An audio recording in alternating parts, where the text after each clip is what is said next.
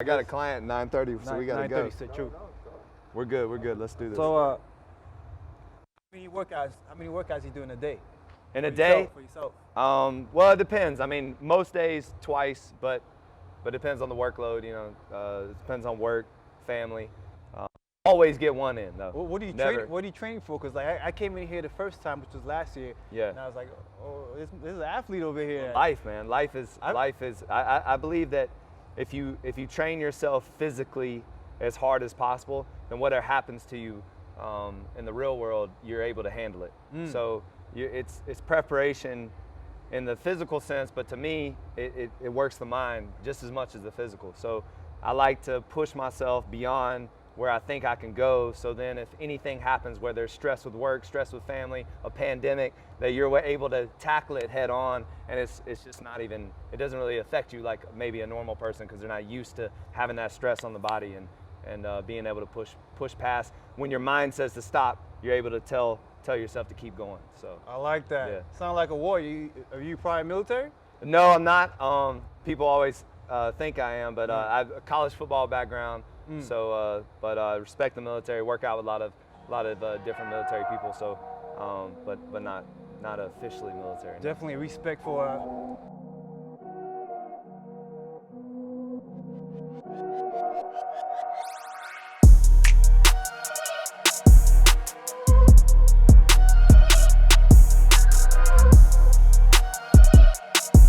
Guys, this is Manning.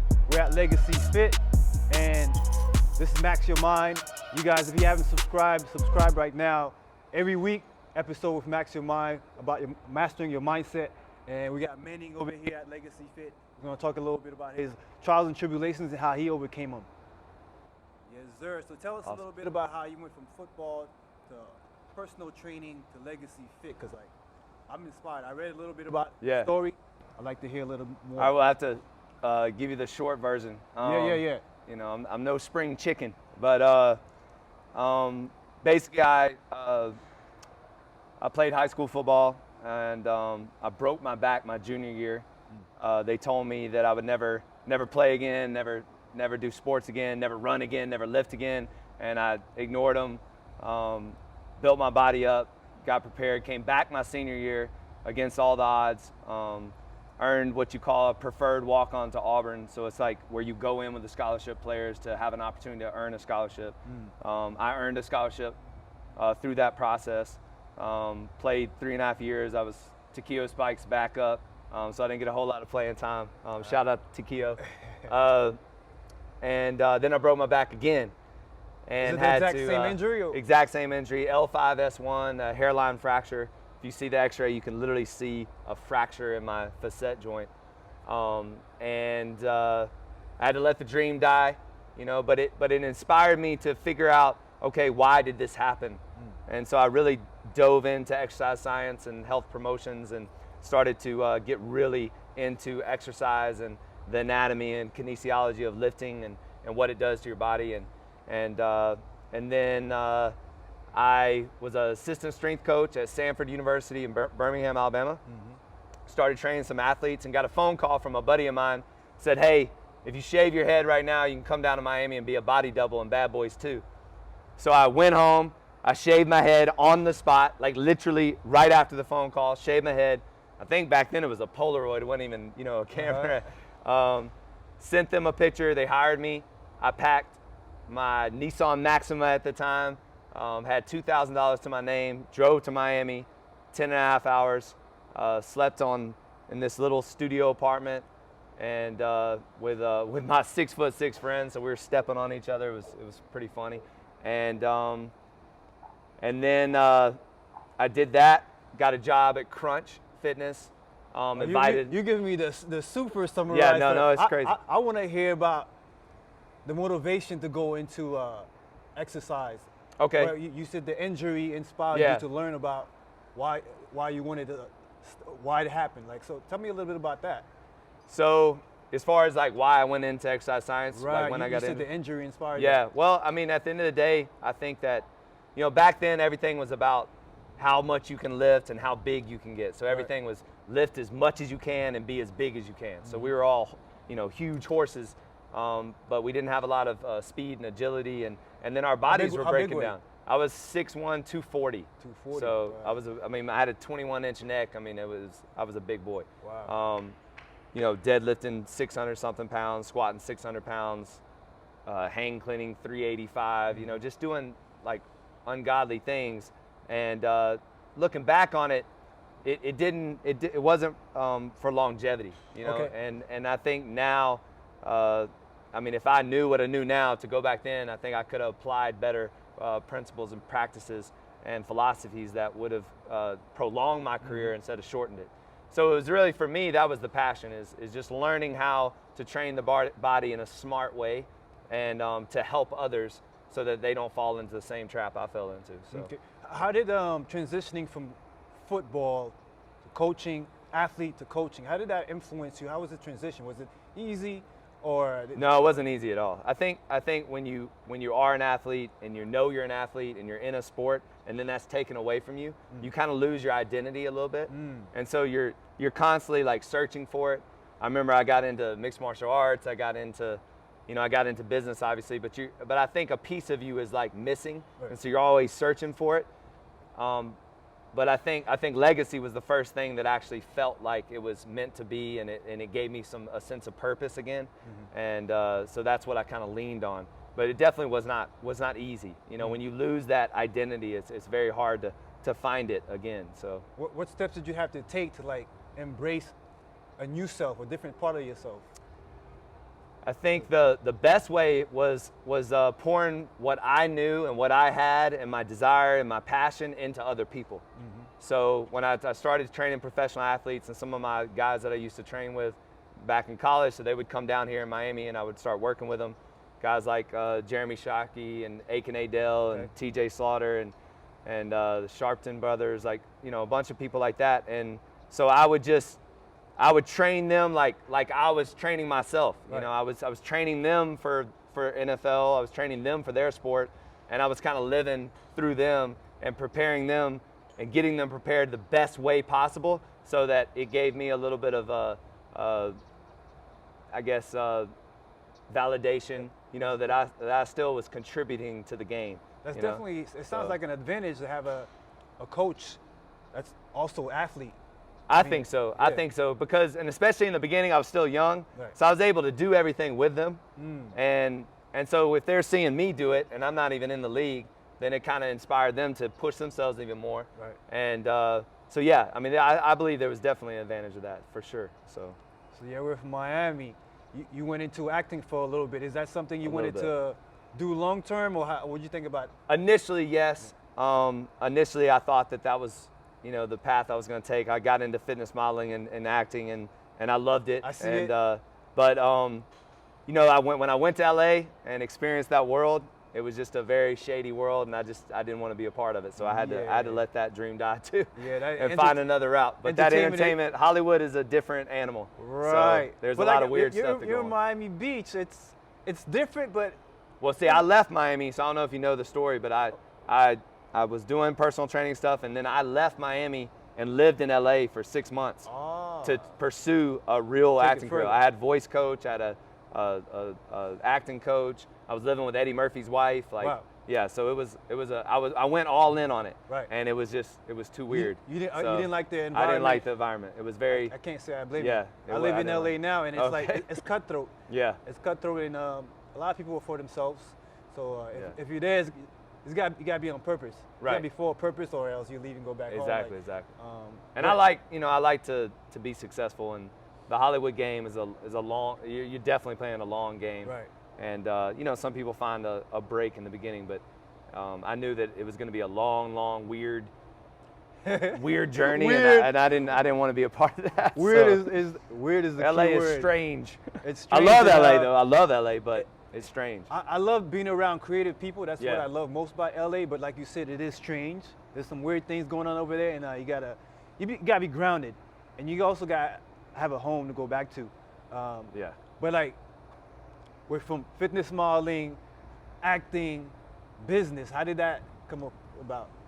So after traveling a lot with whatever celebrity clients or whatever you want to call it, I got to experience a lot in the United States. So going to Atlantic City, New Jersey, New York, Utah, Colorado, LA, New Mexico.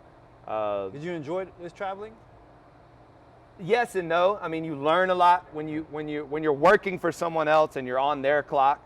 And so, I don't know if you ever seen the movie The Devil Wears Prada. Yeah. The assistant. It's very much like that. So you're on their time. So you eat when they eat. You go to sleep when they go to sleep. If Usher's recording at 4 in the morning, then you got to be in the studio at 4 in the morning. So stuff like that. It was a learning experience. I grew a lot because I realized what the hustle was all about. I realized that if you're willing to do whatever it takes, then you'll eventually make it. So I learned a lot, and then through that process of traveling and going to all these different gyms in all these different states, I started to notice that gyms are exactly the same. Like all gyms are exactly the same.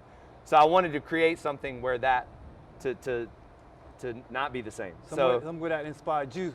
To create something that was different. So when someone stepped into Legacy Fit, that they felt different. They saw a different atmosphere. They saw a different environment. They felt a different energy. Instead of your typical, there's a front desk, there's a cardio section, there's a freeway section, there's a machine section.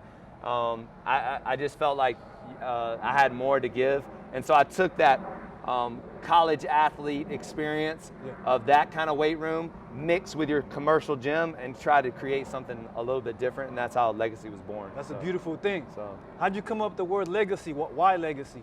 So for me, especially when I saw that my legacy had changed, I thought my dad played football, I played football, and then I thought, I was going to be an NFL star or what have you.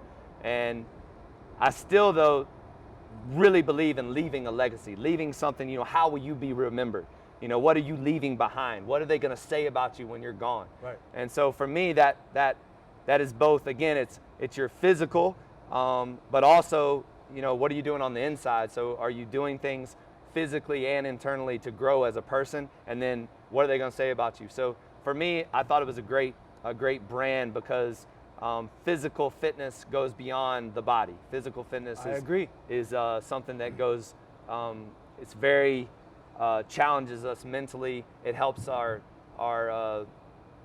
stress levels. It helps us. Therapeutic. It's so therapeutic, and it allows you to. It's an anchor to life. It's an anchor to life. When you wake up and you get that, you push yourself. Then again, you're able to take on so much more in life than if you just go about your life without fitness. So it's very inspiring to hear and see you practice what you preach. A lot of fitness business owners don't, unfortunately, even coaches. And so how what's your approach to, you just shared a lot about your approach to health and fitness, because like you said, it's not just about the body. In fact, a lot of things, everything starts here, mental and spiritual, and then the body expresses what's going on mentally. So what's your total overall approach to health and fitness?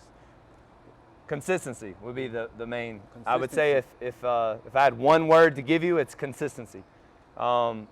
If you're not consistent with what you're doing daily, then you're not going to turn into who you want to become. So it's not what you do once in a while that matters, it's what you do day in, day out, because consistency compounds over time. So it's the little things done daily, every single day that are going to compound and build up to create the person that you're becoming. So for me, I mean, really, that's everything that I'm about and everything we're about at Legacy is engraved in that. Is a true commitment to being consistent, and then making that choice every single day to show up. And I think one of my favorite books lately has been Atomic Habits by James Clear, and he talks about you don't run to finish a marathon, you run to become a runner. You know what I mean? So it's not about, a lot of times, people fail because they try to do too much all at once instead of doing a little bit every single day. And I think if we can attack life like that and stop trying to, most people in the fitness world fail because they try to do a 2-hour workout, Monday, Wednesday, Friday, and then they do that for 3 weeks and then they get burned out, they stop. But what about doing a 20-minute workout every single day? I love George St. Pierre says, instead of doing 100 pull-ups on one day, do 5 pull-ups every single day. You know, these Consistency, like you things said. compound. So I would say that would be my main philosophy. That's Yeah. powerful. That's a great way to put that one there. So like when you comes with working for a community of coaches, clients, and members, sometimes you have to push people. What's some of the advice you can give us about being effective with that? Because sometimes people don't like it. They get in their feelings. Yeah. How, I think that's the genius of good trainers and coaches is everyone needs to be pushed in a different way. So you got to find that button that works for them. Some people like aggressive. Some people need to be yelled at. Some people need to be challenged aggressively. And then other people need a pat on the back. They need encouragement. And then some need both. So it's your job to feed off that energy and know what a person needs. And a lot of times they're going to give you, like if you yell at them, they give you a nasty look, then you know maybe I shouldn't yell at them again. Or if you pat them on the back, they're like, it doesn't work, and then well, maybe I need to shout at them a little bit or whatever. But I think the most important thing, though, in motivating your clients is leading by example and showing up for them. And so if you're always the one showing up, if you're early, if you're staying a little late, if you're texting them when you're not even with them, checking in on them, I think that shows them that you're holding them accountable and that you care. I think that's the biggest thing. People don't care what you know until they know how much you care. So when you care about someone, then they're probably going to give you more effort. But if you don't really care, if you're like looking at your phone while you're training, if you're staring at the mirror, checking yourself out while you're supposed to be training a client or watching a class or whatever, or you don't prepare a dope playlist for your client or your class, then they're not gonna put much into what you're doing because they're not gonna buy into it. So I think that's the first step is care more. We live in this society and we live in this world that talks about they kind of, it's like the cancel culture. We don't care. All that stuff. And I think it should be reversed. I think one of the things that you should be misunderstood because you care so much, because that passion is gonna maybe offend some people, because you're like, I get it all the time, why do you care so much? Why are you so, passionate about that? Well, I think that's what you're supposed to be. Legacy. So, that's what you're supposed to be. So I yeah. agree. Consistency, like when you speak about caring, I think a lot of people are looking for comfort for themselves, and also they want people to feel comfortable, which is good. But you want people to be comfortable with progression.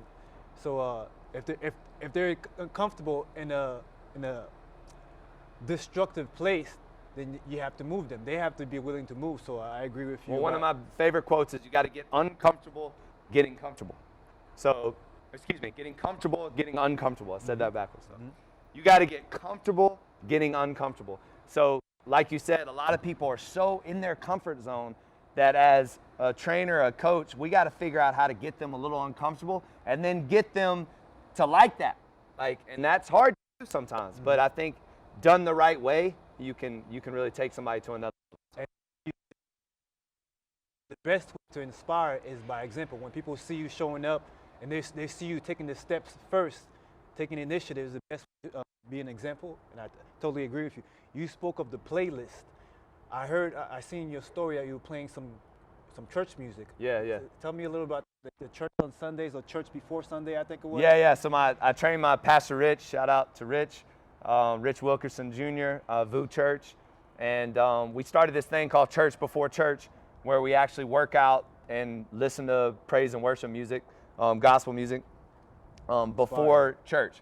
And a lot of people think that church is a building or church is a congregation, but church is us. The people. Church is the people. Church is where you are. You can worship anywhere. So, I think it's real powerful. Again, to me, working out is more than physical. And I think a lot of people just, they put too much emphasis on how it's a physical thing when it goes beyond that. And it's very biblical to take care of your body.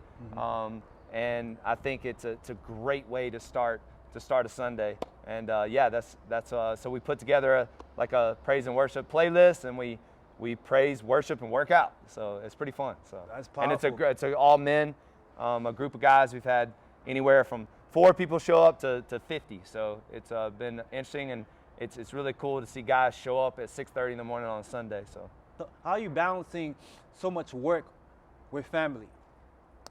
So that word, I always kind of laugh at people saying, you know, where do you find the balance? Not that I'm laughing at you, but you know what I'm saying. But I think that's the problem, is that people are trying to they look at work as work, and then they look at family as family, and then they look at life as life. Like, why? Like, work is life, lifestyle. work is family. Like, this is my family. This is my second home. Right. You know, my members are a second family. Like, my staff is like a second family. So when you look at your work as if you're not passionate, if you don't wake up excited about what you do every day, then you need to find something else to do. And that's what it is. When it So if becomes you're work. exactly, for me, you don't really need necessarily to balance. If you make work a part of your life and a part of something that you love to do, then you don't have to necessarily balance it. Like, my wife and my baby are about to be here right now because they're a part of it. And I think that's the biggest thing. No matter what you do, include your family in what you do. You know, like, if you own a gym, if you're a trainer, like, get them around what you do. Let them see what you do. You know, they say don't take work home. Like, well, take it home. Talk to your spouse about what you're going through, and your family members, what you're going through. I mean, those are the people that care the most. So I think that's how I do it, is that I'm more inclusive than exclusive when it comes to my work and when it comes to growing this business. So That sounds like a lifestyle Yeah. that, you know, a lifestyle that we should all work towards. You know, like Manning said, separating work and family and everything else might cause issues. Why not have them all working for each other, with each other? 2020 was a rough year. Like, 2020 got me off guard. I was like, what's going on? Like, I can't. smacked you in the face. didn't Right. it? 2020 smacked me in the face. I was in my feelings for a little bit. How is it for you, 2020? What obstacles did you face, and how did you overcome them? Because the whole world is dealing with that. Yeah. I think what you just said, the whole world was dealing with it. I think that was what I leaned on the most, is I didn't feel sorry for myself. I didn't feel sorry for our business. I knew that the entire world was going through this. So that was the first step into handling it, is saying that this isn't about me. This is about all of us. And then the second thing is that, you know, your character is revealed in crisis. So it's easy to be what you want to be. It's easy to stay committed to what you're staying committed to when everything is going smooth, when everything is going like this.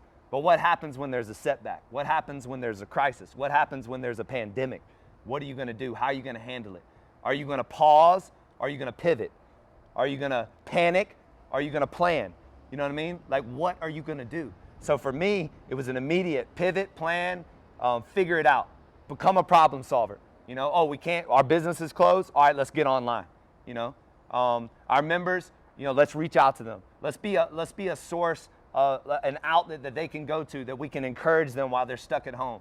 You know, so we were doing tons of Instagram lives. We were emailing we were doing lots of staff Zoom calls. You know, we were doing weekly staff meetings. You know, making sure that my entire staff knew that I was going to take care of them. You know, that I was here for them. I wasn't going to close down. I wasn't going to stop paying them. Like, we're going to get through this together. You know, something that started to creep in, that people started saying is stronger together. So for us, that's what we kind of leaned on. And so that's really how we got through it, is not panicking, but planning. Not, you know, just sitting around doing nothing. Instead, pivot and do what you can. So the thing in life is that you're dealt some playing cards. Like, but sometimes you got your ace of spades, but sometimes, you know, you just got the joker and you don't know what to do. So what are you going to do with the cards that you're dealt with? You know, because every day you got to start with what you have and do what you can. So sometimes our plate is full, but sometimes it's empty, and we got to figure out how to put more food on the plate, and that's what we did. So you just said a mouthful, and one of the big things that hit home for me is not playing victim. You know, like, life happens, we all fall down, you gotta get back up. And if you're not playing victim, I think you find out what you're made of. For sure. And also, what are your options? How do you problem solve instead of just going in a hole and crawling and die? That's never an option. So Never. totally agree with you. And you're staying strong. It shows. And like, also there's multiple locations, right? Yeah, so that was the crazy thing, is in Miami, construction wasn't closed down. So our gym was closed down, but construction kept going. So not only were we closed down, so the 3 open locations that I had were closed down, so the revenue stopped, and we started, to bleed out, losing money. But then I had 2 more locations that were being built out, so that I still had to pay for and invest in. So it was a double whammy. I mean, it hit me from both sides. But we figured it out and we made it. So they closed us down with 3 locations and we opened up with 6. So 5 are mine and 1 is a franchise. So it's we came out of the pandemic stronger than we were before, which definitely was a God thing. Definitely was a favor, and we're just extremely grateful to be in the position we are, to be a leader in group fitness, and to hopefully there should be a heightened sense of awareness for fitness now, a heightened sense of awareness for health. 85 to 90% of the people dying of COVID were metabolically damaged.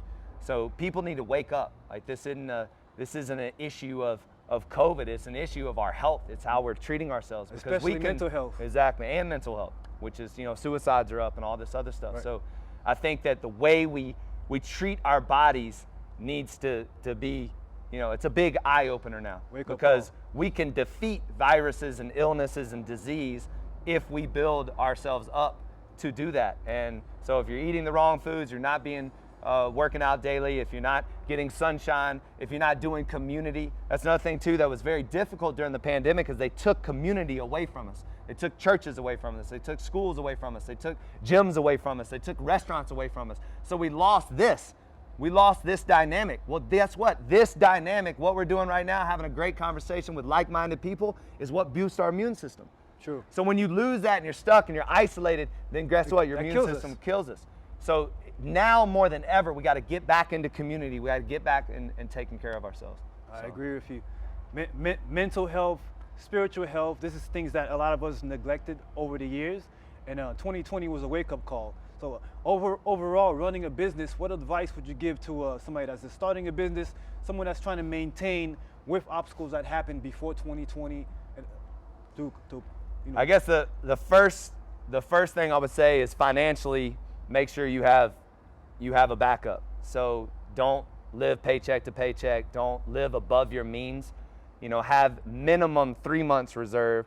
But now, even after this pandemic, I would even say have 6 months of reserve. And what I mean by reserve is like 6 months of overhead. So whatever your overhead is, whatever it takes to pay your bills, multiply that times 6 and put that in the bank, and have it in the bank at all times. It used to be 3 months for me. Now it's going to be 6. So because it's very important to make sure that you have something to fall back on in case a pandemic happens or something like that, right. A flood or whatever it may be. And then the other thing is stay committed to what you said you were going to do, regardless of the circumstances you're in. So if you said at the beginning of 2020, you're going to do this, this, and this, and then a pandemic smacks you in the face and says, you're not going to do that, well, you still got to stay committed to that. You can't quit just because a setback. You can't quit just because there's a new challenge.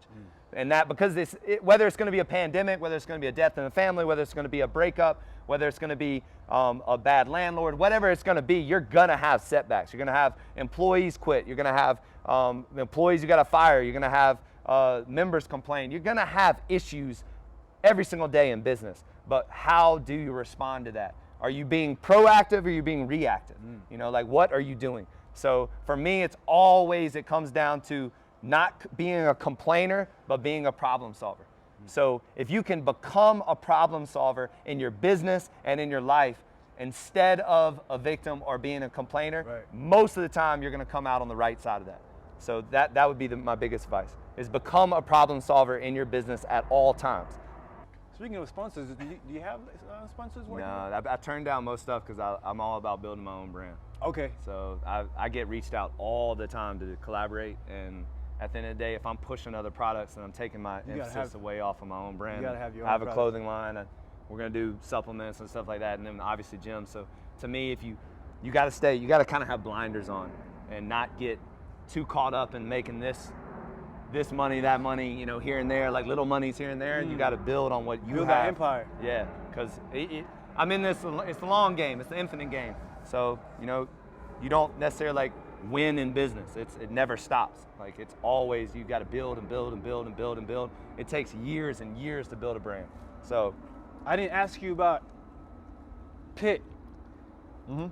You came up with acronym PIT. Yeah, partner interval training. So what happened was I started these boot camp classes back in like 2009, 2010, and 20 people showed up, 40 people show up, 50 people show up. Next thing I know, 100 something people are showing up. So as a trainer, as one trainer, when you have 80 to 100 people, it's very hard to control the room.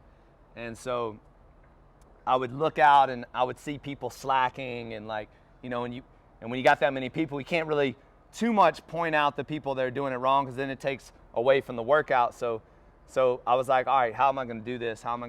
So then I started pairing people up, and I'd be like, Max, John, y'all go, you're a pair. And so I did it, and I paired everybody up, and then one day I just kind of stood back and was just watching, and it just was like working like clockwork, and everybody was helping each other.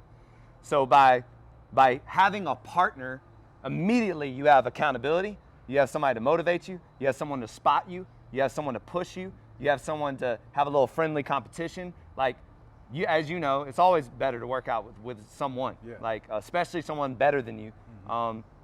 And then even if you are better than another person, that also, something that I think is really good is when you give back, when you teach someone what you know, or you push someone that's maybe not up to your fitness level, it comes back to you. Right. So it's sharpen your own tools. Exactly. So for me, it was just the light bulb just went off, and then obviously the pit bull was our mascot, so it was just a natural thing for it to be called PIT.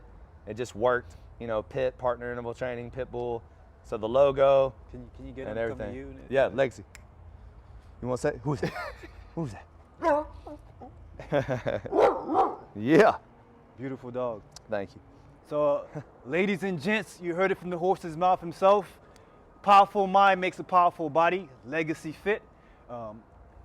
Train the mind, the body's gonna follow. If you guys are ever in Miami Beach, check out Legacy Fit locations. Website will be in the description.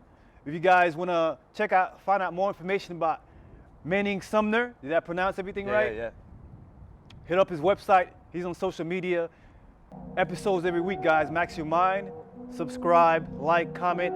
Let us know what you think about the episode and any questions you have for Manning. Awesome, man. My brother. Appreciate you. Yep.